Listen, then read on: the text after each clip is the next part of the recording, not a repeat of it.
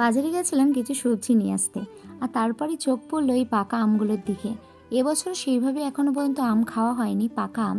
তবে চোখ পড়তে আর কি ছাড়া যায়, 1 কেজি নিয়ে নিলাম। বাড়ির সবাই কিন্তু খুব খুশি হবে। আর তারপরে চোখ পড়লো এই কচু শাকটার দিকে। কচু শাক হচ্ছে একটা লোভনীয় জিনিস, যেটা আমার খুব প্রিয়। কচু শাকটা নিয়ে নিয়েছি, আর তার সাথে একটু চিংড়ি মাছও নিয়ে নিয়েছি। চিংড়ি মাছ দিয়ে কিন্তু বেশ লাগে খেতে। কচু শাকগুলো এবার ছাড়িয়ে নিচ্ছি। ছাড়িয়ে তো নিয়েছি সুন্দরভাবে, তারপর কিন্তু হাতে ভীষণ পরিমাণে চুলকাচ্ছিল। তো আমার শাশুড়ি বলল যে হাতে নুন তেল ভালো করে ডলে তারপর একটু গ্যাসের উপরে ছেঁকে নিতে, তাহলে নাকি হাতে যে চুলকাচ্ছিল সেটা কমে যাবে। সত্যিই তাই, ম্যাজিকের মতো ঠিক হয়ে গেল কিন্তু। যাই হোক, কচু শাকগুলো ভালো করে ধুয়ে টুয়ে আমি সেদ্ধ করতে বসিয়ে দিয়েছি। আর সেদ্ধ হতে হতে এদিকে আমি চিংড়ি মাছগুলো ছাড়িয়ে নিচ্ছি। আমি কিন্তু কচুর যে গোড়াটা ছিল, নিচের যে পোর্শনটা, সেটাও কিন্তু ফেলেনি।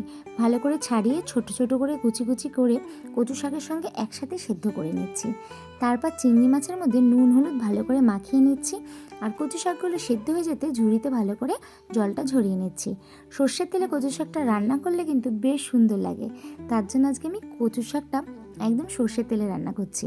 সর্ষের তেলের মধ্যে আমি চিংড়ি মাছটা ভালো করে ভেজে নিয়েছি। আর তারপর ওই তেলের মধ্যেই দিয়ে দিয়েছি কালো জিরে আর কাঁচা লঙ্কা ফোড়ন।